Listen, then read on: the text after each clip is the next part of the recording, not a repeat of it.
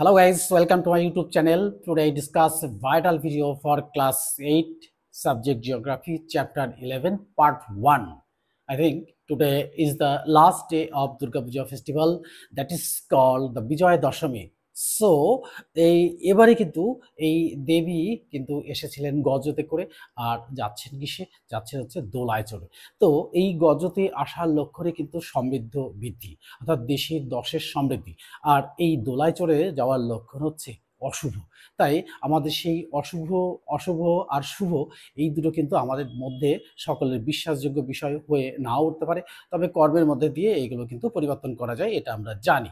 তাই আমরা কিন্তু এই পুজো দেখার সাথে সাথেই কিন্তু কি করছি, একটুখানি পড়াশোনার সাথে যুক্ত থাকছি। আর এই পড়াশোনার সাথে যুক্ত থাকলেই কিন্তু কি হচ্ছে, আমরা কিন্তু থার্ড সামেটিভ পরীক্ষায় অ্যাপিয়ার হতে পারবো 100% শিওরিটি দিয়ে। তো আজকে আলোচনা করব কোন বই থেকে, অর্থাৎ আমাদের এই একটাই বই, আমাদের পৃথিবী অষ্টম শ্রেণী, এটা সরকার স্বীকৃত বই, অর্থাৎ ওয়েস্ট বেঙ্গল গভর্নমেন্ট স্বীকৃত বইটি। এই বইটি থেকে কিন্তু শেয়ার করব। আর লাইন বাই লাইন, আচ্ছা লাইন বাই লাইন আলোচনা করলে কি হবে, এই লাইন বাই লাইন আলোচনা করলে কিন্তু প্রত্যেকটা প্রশ্নের উত্তর কিন্তু আমরা সঠিকভাবে দিতে পারবো। তাই আমরা কিন্তু আজকে এই চ্যাপ্টার 11 আজকে তোমাদের সামনে শেয়ার করব, এটা পার্ট 1। আর এরই সাথে সাথে আমি শেয়ার করব যে টপিকটা হচ্ছে ওশিয়ানিয়া।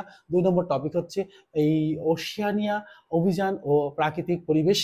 আর 3 নম্বর টপিক হচ্ছে যে সম্ভাব্য গুরুত্বপূর্ণ প্রশ্ন এবং লাইন বাই লাইন আলোচনা আজকে করব কোন বই থেকে, এই বই থেকে। তাই আমি বলবো যে আমাদের এই গুরুত্বপূর্ণ যে অনুষ্ঠান বা উৎসব, এই উৎসবের মাঝেও যদি একটুখানি সময় করে আমরা এই ভিডিওটি দেখে নিই তাহলে কিন্তু খুব সুবিধা হবে। তাহলে চলো শুরু করি। শুরুতেই আমি বলবো যে সকলে এবার 2025 সালের দুর্গাপুজোর উৎসবের দশমীর দিনের অর্থাৎ দশমীর শুভ বিজয়া গ্রহণ করবে, অর্থাৎ প্রীতি ও শুভেচ্ছা গ্রহণ করবে। তারপরে আমি বলবো যে আমরা আজকে শেয়ার করব আমাদের পৃথিবী অষ্টম শ্রেণী এই বই থেকে, অর্থাৎ আমাদের পৃথিবী অষ্টম শ্রেণী, এটা সরকার স্বীকৃত বই।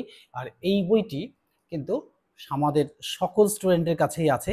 আজকে কিন্তু তোমাদের সামনে শেয়ার করব কি, ওশিয়ানিয়া। এই ওশিয়ানিয়া মহাদেশ এর সম্পর্কেই আলোচনা করব। আর আলোচনার শেষে কিন্তু এখান থেকে যে সম্ভাব্য প্রশ্ন, অনেকগুলি প্রশ্ন, যেই প্রশ্নগুলো তোমাদের সামনে কিন্তু খুব গুরুত্বপূর্ণ ভূমিকা পালন করবে, কেননা এই প্রশ্নগুলোই কিন্তু থার্ড সামেটিভ পরীক্ষায় আসবে। আমি বলেছি যে 100% কমন, অর্থাৎ এই চ্যাপ্টার থেকে যত প্রশ্ন আসবে কিন্তু সেই প্রশ্নগুলো কিন্তু আমার দেওয়া প্রশ্ন থেকেই আসবে, এটা কিন্তু তোমরা